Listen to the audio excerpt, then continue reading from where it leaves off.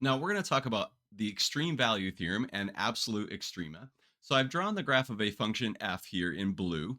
And one of the questions that we could ask about the graph of the function is what is the highest point on the graph and what's the lowest point on the graph? Now notice this point right up here is the highest point on the graph. This is called the absolute maximum. Actually, the y coordinate of that point would be the absolute maximum or the global maximum. We could think of it as the largest possible output for the function f. Now, what about the absolute minimum? Well, notice there's no one point on the graph that we can say is the lowest point in the whole graph because this goes down, down, down, and this goes down, down, down here. So there's no absolute minimum for this graph. Now, we do have a few other points on the graph that are called local maxes and local mins. So right here we have a local max and another local max over here. I guess the absolute max would also be considered a local maximum. But those are not necessarily the highest points on the whole graph. This one is, but these other two local maxes are not. And we have two local mins here too, local minima, but we don't have an absolute minimum. So in this video, we have a couple of goals. So first of all, determine whether a function has any absolute extrema, an absolute max or absolute min, on a given interval I. And second, if there are any absolute extrema, determine where they occur and what the absolute max and min values are. Now, thirdly, we're going to look at some real world problems and solve real world problems that involve extrema, finding a max or a min, but we'll do that in subsequent videos. Now, one theorem that's going to be really useful for us is the extreme value theorem. It says if a function f is continuous on a closed interval a to b, then f has both an absolute max and an absolute min on that interval a to b. So here's an example of a function f that's continuous on this closed interval a to b. And notice it has an absolute max right here, and it has an absolute min. The absolute min occurs at the left endpoint. Now, by the way, this function could continue off further to the right somewhere or further to the left somewhere, but we're just focusing on this closed interval here from a to b. So this function illustrates the idea that if you have a function that's continuous on a closed interval, it has to have an absolute max somewhere, and it has to have an absolute min. Now, what about this example? Notice it does have a lowest point in the graph. It does have an absolute minimum. It occurs at the right endpoint, but it doesn't have an absolute max. So notice up here, if this was, for example, the value 13 right here, notice there's no input that actually attains the value of 13. We might be able to get outputs that are like 12.9 or 12.99, but we can't actually get 13 as an output. So notice this does not have an absolute maximum. So what's wrong with this? I thought the extreme value theorem guaranteed the existence of an absolute max and an absolute min if we're on this closed interval a to b. Well, let's go back to the extreme value theorem. Notice this is a theorem about continuous functions. If a function f is continuous on a closed interval a to b, then it has an absolute max and an absolute min. But notice this function is not continuous. So we're not guaranteed that we'll have an absolute max and an absolute min. Now, what about an example like this? We have a function that's defined on this interval a to b, and we can check that at any input here, the function is continuous. If we pick any point that's strictly in between a and b, and we go up and look, the function will be continuous there. So notice we have a continuous function on this interval a to b, but notice it doesn't have an absolute max. This just goes up to infinity. It also doesn't have an absolute min. So what's the problem here? Well, another important thing about the extreme value theorem is that the function needs to be continuous on a closed interval a to b. But this example only shows a function that is continuous on the open interval a to b. It's not actually continuous at b or at a. And we get a similar situation here. We have a function that's continuous on the open interval a to b, but notice it doesn't have a maximum. You might think, oh, the max is over here, but it doesn't actually attain that value there. That's an open circle. So even though this function is continuous on the interval a to b, it's actually continuous on the open interval a to b. It's not continuous at a or at b. So the extreme value theorem doesn't apply here. We're not continuous on the closed interval a to b. So we have no guarantee that there's going to be an absolute max or an absolute min. And let's look at one more example here. Notice we have a function that's defined over here. This is a continuous function. And notice it has an absolute max. In fact, the max occurs kind of at two different places right here. We have an absolute maximum occurring at two places. We have a local min right here, but there's no absolute minimum. And again, this is a function that would be continuous on this interval from a to infinity. But notice that's not an interval of the form a to b, a closed interval of the form a to b. So we're not guaranteed that we'll have an absolute max or min. Now, we do have an absolute max, though, but we're not guaranteed that we'll have an absolute max or an absolute min based on the extreme value theorem. Now let's do an example. Find the absolute extrema of this function f of x equals x squared minus 6x plus 12 on this closed interval 2 to 5.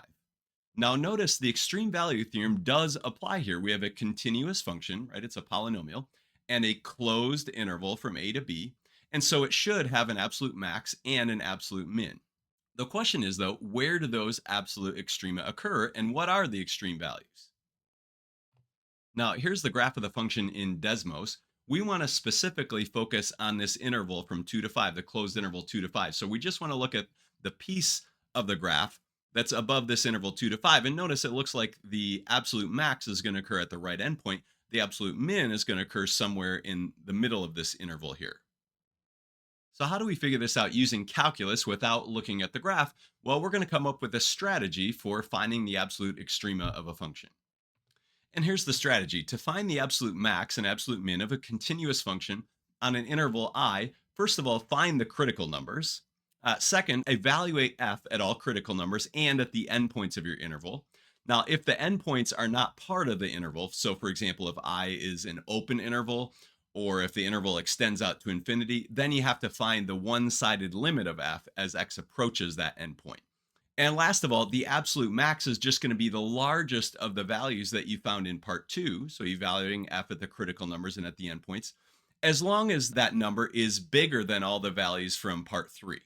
Okay, and the absolute min will be the smallest of the numbers that you get in part two, as long as this number is smaller than all the values that you find in part three.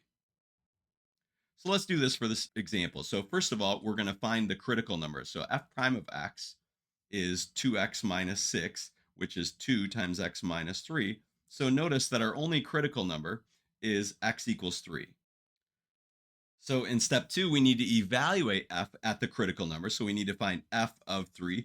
And we also want to evaluate f at the endpoint. So we need to find f of 2 and f of 5. And if you evaluate f of 3, you're going to get 9 minus 18 plus 12, which turns out that it's 3. And if you evaluate f of 2, you're going to get 4 minus 12 plus 12, which is 4.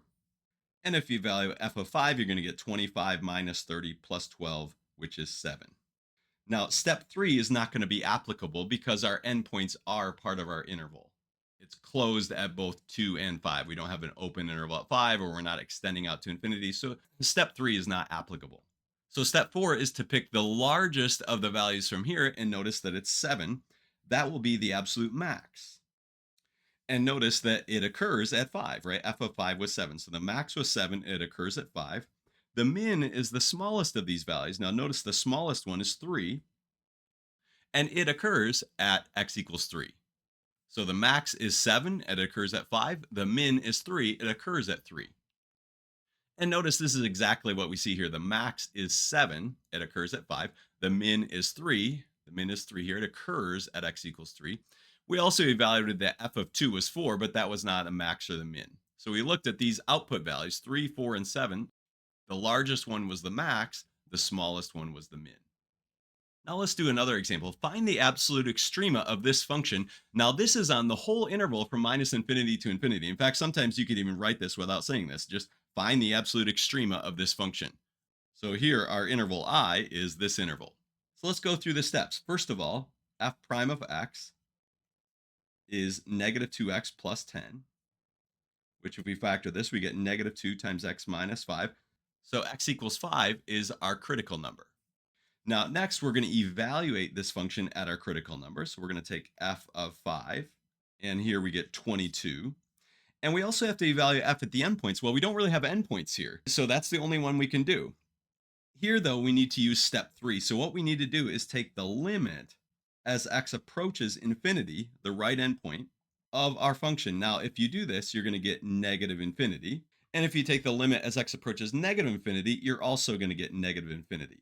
So step 4 tells us that of the values in 2, the largest one, well, there's only one, which is 22, will be the absolute max as long as it's bigger than all the values that you get in step 3. And 22 is bigger than these. So 22 is the absolute max, and it occurs at x equals 5. The absolute min will be the smallest of the values here. Well, 22 is also the smallest, as long as it's smaller than these, but notice it's not smaller than these. Okay, so there's actually is no absolute min. There's no absolute min. And if we graph our function on Desmos, notice that it does have an absolute maximum of 22. It occurs at 5, and there is no absolute minimum. Notice as we go off to infinity, it goes down, down, down. If we go off to negative infinity, it goes down, down, down. Okay, let's do another example. Find the absolute extrema of x cubed minus 12x plus 5 on the interval -3 to infinity. So first step is to find the critical numbers. So f prime of x is 3x squared minus 12. And if we factor this is just 3 times x squared minus 4. And x squared minus 4 is a difference of squares. So this factors to be x plus 2 times x minus 2. So notice our critical numbers are -2 and 2. So let's evaluate f at -2 and 2.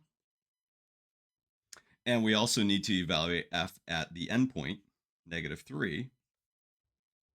And so after a little bit of work, you see that f of -2 is 21, f of 2 is -11, and f of -3 is 14. Now, it's tempting to say the largest of these is going to be the max, absolute max, and the smallest is going to be the absolute min. But remember, we still have an issue with the right endpoint here. What's happening as we approach infinity? So we need to take the limit as x approaches infinity of our function. And as x approaches infinity, if you remember what we did with limits and polynomials earlier, this limit will be infinity. So our absolute max is going to be the largest of these as long as it's bigger than all the values in part 3. Well, 21 is the largest, but is it bigger than plus infinity? No. So for part 4, the absolute max is none. There's no absolute max. Now, what about the absolute min? Well, the absolute min will be the smallest of these, which is -11, as long as it's smaller than all these values. And notice -11 is smaller than infinity. So the absolute min is -11, and it occurs at 2, at x equals 2. So there's no absolute max, but there is an absolute min of -11, and it occurs at 2. Now, I've drawn the graph of the function here in Desmos, and remember that we're focusing on this interval from -3 to infinity. So we're really focusing on this piece of the graph. But notice on this piece of the graph, there's no absolute max, right? This just keeps going up, up, up, but there is an absolute min. It's right here. Notice it's -11 is the absolute min, and it occurs at 2. So this graph agrees with the analysis that we did just using calculus and algebra. Okay, now what about this one? This is a fourth degree polynomial. Find the absolute extrema of this. So first of all, let's find the critical numbers. And the derivative here is -12x cubed plus 12x squared. And if we factor this, we can factor out a -12x squared and write this as times x minus 1. So notice -12x squared times x gives you this. -12x squared times -1 gives you this. So what are our critical numbers? Well, this factor gives us x equals 1 is a critical number.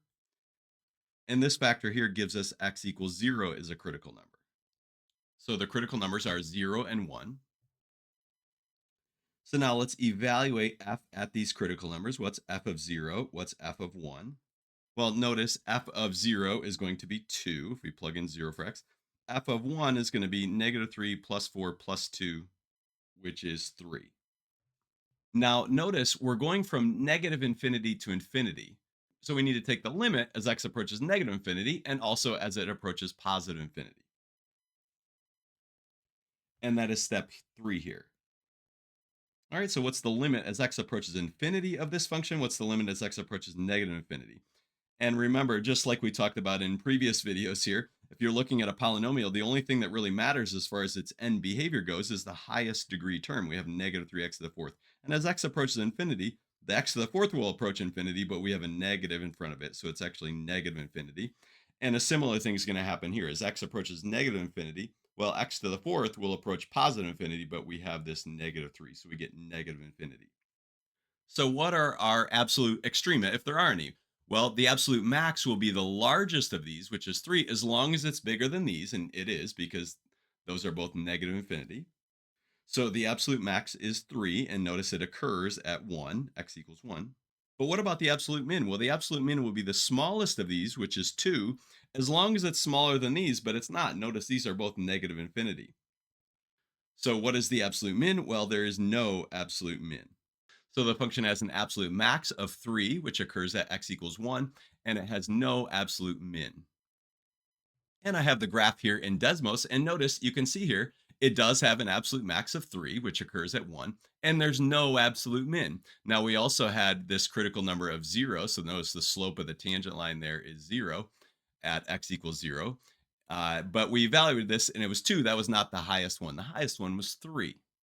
And remember, a critical number doesn't always have to give you even a local max or a local min. This one, x equals 1, does give us a local max. In fact, it's the absolute max. This one right here, though, this is not even a local max or a local min, even though 0 is a critical number, right? The slope there was 0, so it's a critical number. Now, all the examples that we've looked at so far have been polynomials. So for our last example, we're going to look at one that's not a polynomial. Notice we have here a negative 12 over x. So how can we find the absolute maximum of this function on the interval from 1 to infinity? Well, just like before, we need to find the critical numbers. So how do we do that? Well, we need to take a derivative and find the places where the derivative is 0, or else the derivative doesn't exist. But before we can take the derivative, let's rewrite this as, instead of negative 12 over x, write it as negative 12 times x to the minus 1. Okay, so for step one, we're going to find f prime of x. Now, f prime of x, if we bring this minus 1 out front, this is going to be positive 12x to the minus 2. We have to lower that by 1. Now, the derivative of 15 is 0, and the derivative of 3x is just 3. So let's rewrite this as 12 over x squared minus 3. Now, when we were dealing with polynomials here, what we ended up doing was just factoring this. We tried to find the values of x that make the derivative 0. And the easiest way to do this, if you have a polynomial here, is to factor it and set each factor equal to 0. Well, we can't really factor this, but what we can do is set the whole thing equal to 0 and try to solve for x. So let's do that. We have 12 over x squared minus 3 equals 0. Well, if we add 3 to both sides, we get 12 over x squared is equal to 3. Then multiply both sides by x squared. We get 12 is equal to 3x squared. Then divide both sides by 3. We're going to get 4 is equal to x squared. So notice that x is equal to 2 or minus 2. Now, just for reference, I've rewritten the function f of x over here. And notice the domain that we're considering is 1 to infinity. So actually, minus 2 is not in that domain. So even though minus 2 is a critical number of the function overall on the interval minus infinity to infinity, it's not in the domain that we're considering. So we're not going to look at that number. Okay, 2 is the only critical number that's on our domain. So for step 2, we need to evaluate f at 2. And we also want to evaluate f at the left endpoint at 1. And if we evaluate f at 2, we get negative 6 plus 15 minus 6, which is 3. And if we evaluate f at 1, we get negative 12 plus 15 minus 3, which is 0. Now, for the third step, we also have to look at this endpoint here, infinity, and take the limit as x approaches infinity of this function. Well, what's the limit as x approaches infinity of this? Well, as x approaches infinity, this part goes to 0. Right? As x gets bigger and bigger and bigger, this fraction is going to get closer and closer to 0. 15 is just 15, but as x goes to infinity, this negative 3x is going to go down to negative infinity. So our answer is actually negative infinity here. So for part 4, what is the absolute max? Well, it's the largest of these two values, which is 3, as long as it's bigger than these values down here. And notice it is. 3 is bigger than negative infinity. So notice our absolute max is 3, and it occurs at x equals 2. Well, the absolute min will be the smallest of these, which is 0, as long as it's smaller than all the values we find in part 3. Well, notice it's not smaller than negative infinity. So we actually don't have an absolute min. So absolute min is none. Now, looking at the function on Desmos, we see this is what the graph looks like. Now, we're just interested in this interval from 1 out to infinity. So we're really just interested in this piece of the graph. Notice that we have this point 1 comma 0 on the graph. We also have the point 2 comma 3, and that's actually the max, right? The absolute max is 3, and it occurs at 2. And there is no absolute min because this is going to keep going down, down, down as we go further to the right. Now, if we zoom out really far in this function, we can actually see at the other point over here at negative 2, we actually also had a critical number there, but that wasn't on our domain that we were considering. We were just considering the domain from 1 off to infinity. And here the max was 3, and it occurred at 2. Now, last of all, I want to mention that this strategy that we had here was a strategy that we could use for a continuous function. What if there were a discontinuity? Now, we're not going to deal with that right now, but what if there were a discontinuity? Well, if you did have a discontinuity, so we have a discontinuity here, say at C, We'd have to evaluate what's actually happening at that discontinuity. Are we getting some type of jump discontinuity? Well, in this case, notice we're not going to have an absolute max. We'd have to take the limit as we approach from the left and the right. So at any values where it's discontinuous, you'd actually have to look at the left and right hand limits, and you would have to include those in the values that you found in part three. But we're not going to deal with that right now.